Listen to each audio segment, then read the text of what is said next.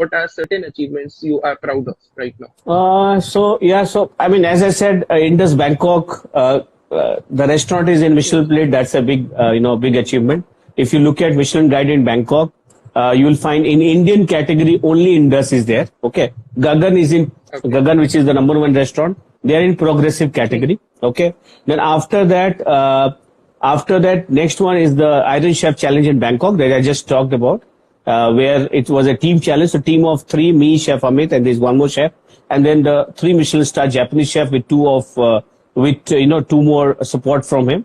So we did a 6-course live challenge, nothing like TV वाला खाना नहीं, live बनाना था, 6 dishes बनाए थे टर्की के साथ 1 घंटे के अंदर. Okay. So हमने उनको अपने अपोनेंट के 2 नंबर से हरा दिया. So that is like winning Olympic gold medal. Okay, it is like that kind of, apart from that, we have opened up a restaurant in Tokyo because Indian sweets are also slightly underrated.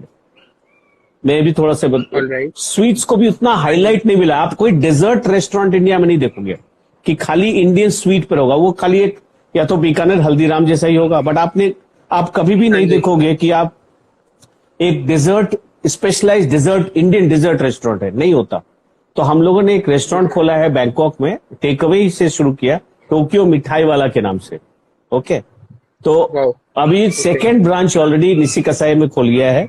Okay, so that's again an achievement that I would like to put it in my profile. Okay, and it's a proud moment for me to take these Indian. It is a proud moment for all of us also that you are representing India at a global level. Yes, and that too Indian desserts.